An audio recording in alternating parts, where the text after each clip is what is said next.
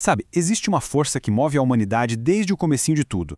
Essa necessidade que a gente tem de entender o mundo à nossa volta. A gente busca respostas, busca padrões, busca significados, numa jornada que, no fim das contas, define quem a gente é. Olha só, o grande filósofo Aristóteles já tinha sacado isso há mais de 2000 anos. Essa sede de saber não é só uma curiosidade boba, não. É a faísca essencial da nossa natureza. É o que nos empurra para explorar, para descobrir e para criar.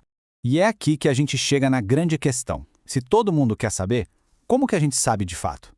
Os caminhos para chegar no conhecimento são muitos, e nem sempre eles são tão claros assim. Como que dá para diferenciar uma simples crença de um fato comprovado? Ou uma opinião de uma teoria que foi bem fundamentada? Então, vamos mergulhar de cabeça nisso. A gente vai explorar juntos as diferentes formas de conhecimento, tentar entender essa batalha entre a crença e a dúvida, viajar da era do mito até a da razão e, no final, conectar tudo isso com o mundo em que a gente vive hoje. Para organizar essa jornada, os pensadores dividiram o conhecimento em 4 grandes áreas, digamos assim. Cada uma delas tem suas próprias regras, seus métodos e, claro, suas próprias verdades. Vamos conhecer cada uma. Vamos começar com o mais presente na nossa vida, aquele do dia a dia, o senso comum. É aquele conhecimento que a gente absorve quase sem perceber. Ele é super prático, rápido, mas tem um detalhe importante. A gente raramente para questionar se ele faz sentido mesmo. Ah, quem nunca ouviu uma dessas, né? Esse é o exemplo perfeito de senso comum. É uma ideia que vai passando de geração em geração e que muita gente simplesmente aceita sem nunca parar para investigar se é verdade ou não. É aquele tipo de conhecimento que ganha força só pela repetição. Agora, saindo um pouco do cotidiano, a gente encontra o conhecimento religioso. Aqui, a base de tudo não é a prova material, mas sim a fé. Ele busca dar um sentido para a nossa existência, para a origem do universo, sempre olhando para algo que está além do que a gente pode ver e tocar.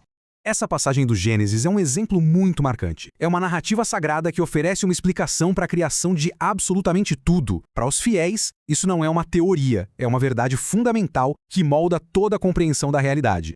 Aí, em um campo completamente diferente, a gente tem o conhecimento filosófico. Aqui, a principal ferramenta não é a fé, mas sim a razão. A filosofia, ela desconfia de respostas prontas. Ela prefere perguntar, analisar e usar a lógica para ir bem fundo nos porquês da nossa existência. Esta frase do Sartre é um exemplo perfeito do pensamento filosófico em ação. Não é uma verdade que veio de um livro sagrado ou de uma observação do dia a dia. É, na verdade, uma conclusão poderosa, que é fruto de uma reflexão muito profunda sobre o que significa ser humano, ser livre e ser responsável.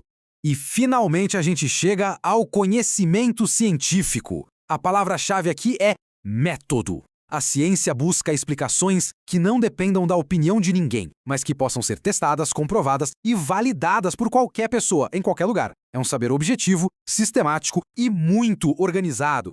A teoria da seleção natural do Darwin é o exemplo máximo disso. Ela não nasceu de uma crença ou de uma simples reflexão no sofá. Nasceu de anos e anos de observação cuidadosa, de coleta de dados e de uma argumentação lógica que era praticamente irrefutável. O que realmente separa esses caminhos todos é a atitude. Enquanto o senso comum e a religião muitas vezes partem de uma crença, a filosofia começa com uma dúvida. Ela nos convida a dar um passo para trás e a perguntar: espera aí, será que é isso mesmo? Essa atitude filosófica tem 2 movimentos, basicamente. Primeiro, o movimento negativo. Negar o que parece óbvio, recusar aquelas certezas fáceis. E logo depois, vem o movimento positivo, o de perguntar, de investigar, de buscar o fundamento das coisas. E aqui nesse quadro, o contraste fica muito claro, né? De um lado, o senso comum, que aceita as coisas como elas parecem ser e busca o conforto da certeza.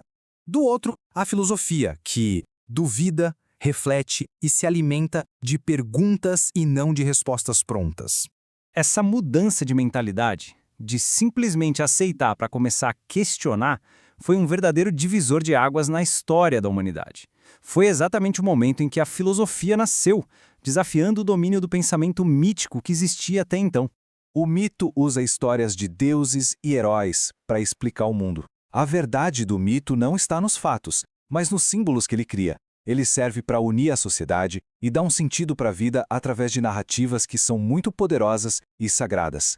Já a filosofia, ela chega e inaugura um jeito de pensar totalmente novo. No lugar das narrativas, ela coloca a argumentação. No lugar da crença, o debate. e no lugar dos deuses, a busca por causas naturais e racionais. Para a filosofia, a verdade nunca está acabada, ela está sempre aberta para novas perguntas. E o mito de Prometeu é uma alegoria fantástica sobre essa transição. Prometeu desafia os deuses para dar aos humanos uma ferramenta que era divina, o fogo. E o fogo aqui representa o conhecimento, a capacidade de transformar o mundo. Esse fogo é muito mais do que só calor e luz. Ele simboliza a tecnologia, a arte, a cultura. O mito nos mostra que a busca pelo conhecimento é, em si, um ato de coragem, quase de rebeldia. E que muitas vezes essa busca tem um preço bem alto. Essa diferença toda fica muito nítida quando a gente compara a cosmogonia com a cosmologia.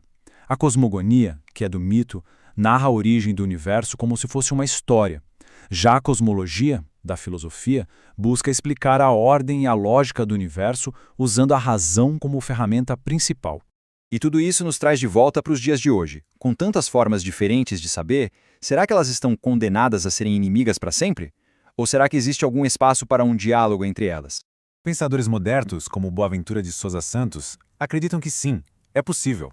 Ele propõe que, em vez de uma guerra entre conhecimentos, a gente pode construir uma ponte. A ciência pode ajudar o senso comum a ser menos ingênuo, e o senso comum pode lembrar a ciência de que ela precisa fazer sentido para a vida real das pessoas. Então, a pergunta que fica é: será que o mito, com toda a sua magia para dar sentido à vida, e a ciência, com seu poder de explicar como o universo funciona, são realmente opostos?